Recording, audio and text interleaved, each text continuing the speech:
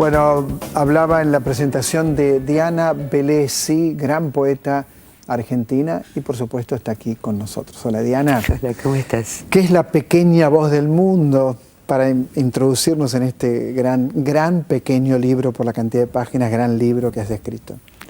La pequeña voz del mundo es la voz de la poesía, me parece, pero también es la voz de todos los que no tienen voz en la sala, digamos, ¿no? La voz de los anónimos. Yo creo que la voz de la poesía se parece mucho a la voz de la gente común y silvestre.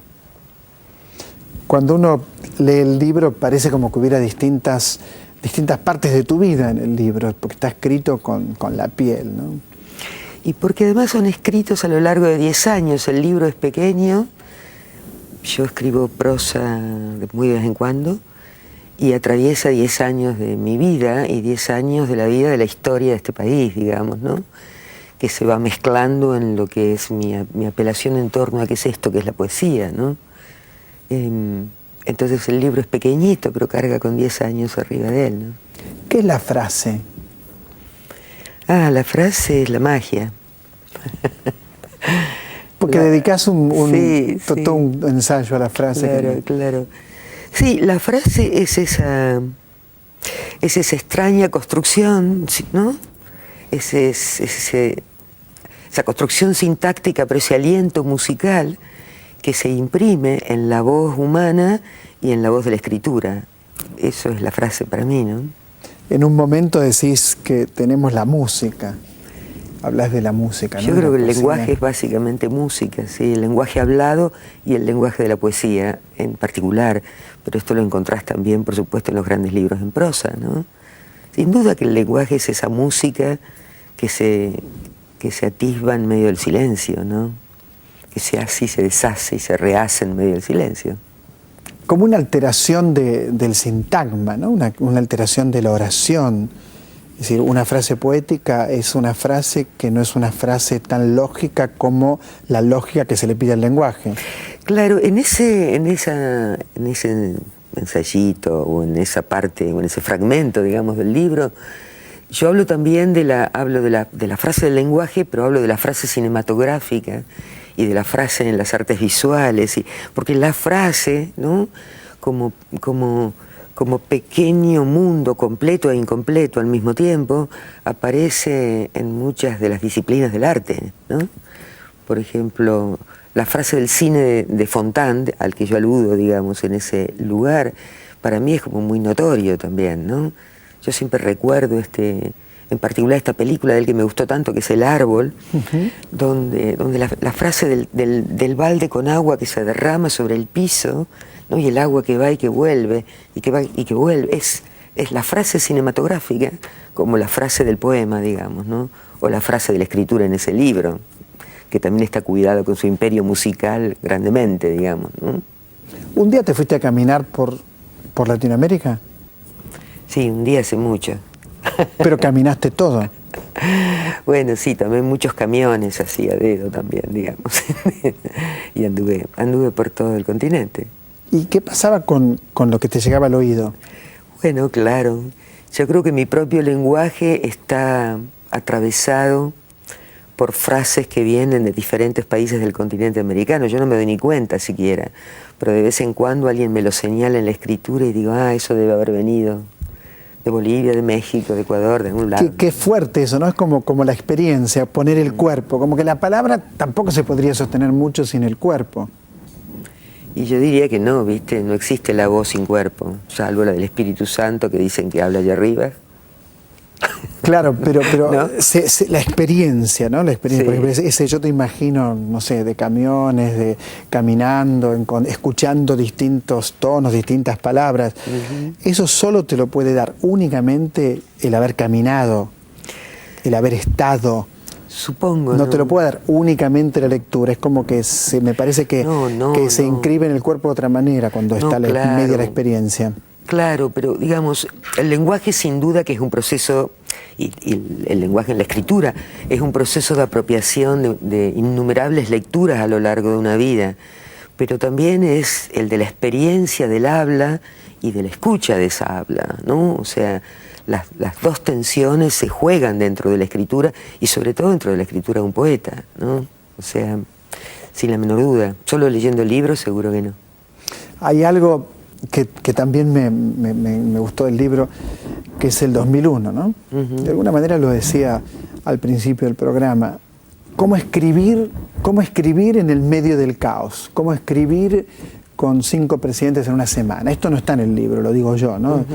¿Cómo escribir sin saber si vas a comer dentro de 10 días? ¿Cómo se abre camino, ¿no? Como algunos poetas, porque está lleno de malos poetas también, esto no es políticamente correcto decirlo, pero yo lo pienso, está lleno de malos poetas. Bueno, está lleno de poetas y de otros que no son poetas, qué sé yo, digamos. Eso, ¿no? ahí claro. está. Igual, digamos, en ese libro no se habla tanto de la voz del poeta que enuncia, digamos, en este caso yo, digamos, claro, que enuncia, digamos, ahí el fraseo, sino de lo que se habla es quién va a hablar de esa realidad. Porque el que vive ahí adentro no tiene posibilidad de hablarlo, y el que vive afuera no sabe qué sucede, digamos, ¿no? Los grandes campos de concentración del neoliberalismo, ¿no?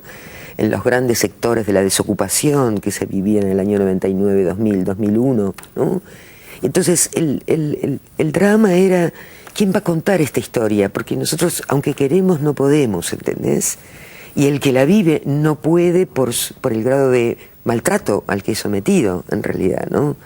Entonces me parece que a lo que alude el libro es esa zona de silencio que el neoliberalismo sometió a nuestro país, y no solo a nuestro país, sino a vastas regiones del mundo, digamos, ¿no? Cuando los chicos se mueren de hambre, deja de haber discurso y deja de haber voz poética, las dos cosas, ¿no? ¿Te acordás de Tributo al Mudo? Me acuerdo, sí. Qué buen libro, ¿no? ¿No te acordás en serio? Sí, me acuerdo, sí, lo que quiero, claro. ¿De qué año era? De los años de la dictadura, por eso claro, se llama así, Tributo del Mudo. Digamos, claro, da cuenta de la dictadura sin que el tema sea la dictadura directamente, ¿no es cierto? Es impresionante ese libro. ¿Cómo los poetas pueden, claro, explicar lo inexplicable? ¿Cómo pueden acercarse a lo real, ¿no? A la roca, a ese núcleo duro, a la cosa en sí, qué sé yo? ¿Cómo pueden? No sé cómo pueden. Bueno, si no sabes vos, ¿qué puedo yo saber lo hago, yo? Imagínate, no sé ¿qué puedo saber yo? Digo, yo escribo versos. Tampoco significa que sea una gran poeta porque escribo mis versitos. Sos digamos. una gran poeta y eso lo sabe todo el mundo. Bueno, muchas gracias. Pero, por supuesto, es la adquisición de un oficio, ¿no? Como en cualquier trabajo, hay un oficio que hay que adquirirlo, y el oficio del poeta implica un costoso camino, ¿no? Pero el oficio habla solo finalmente, digamos, o sea que además del oficio está la construcción de una ética personal y la construcción del alma de quien va a hablar adentro del poema, ¿no? Entonces me parece que en la reunión de todo esto, de aquello para lo cual el poema te convoca, siempre hablan los otros adentro del poema, no uno, sino los otros, los que se hacen lugar, digamos, allí, digamos, y ese lugar está dado por el oficio, es el lugar que se le hace a la voz de los otros, está dado por el oficio de ser poeta, y supongo que así sucede el milagro de que un poema, o un bello poema que mucha gente recuerda por muchos años, sucede, ¿no? ¿Cómo nace en vos un poema? Sé que es una pregunta que te hace todo el mundo, pero digo, ¿cómo nace en vos? Nace con una frase. Ahí empieza.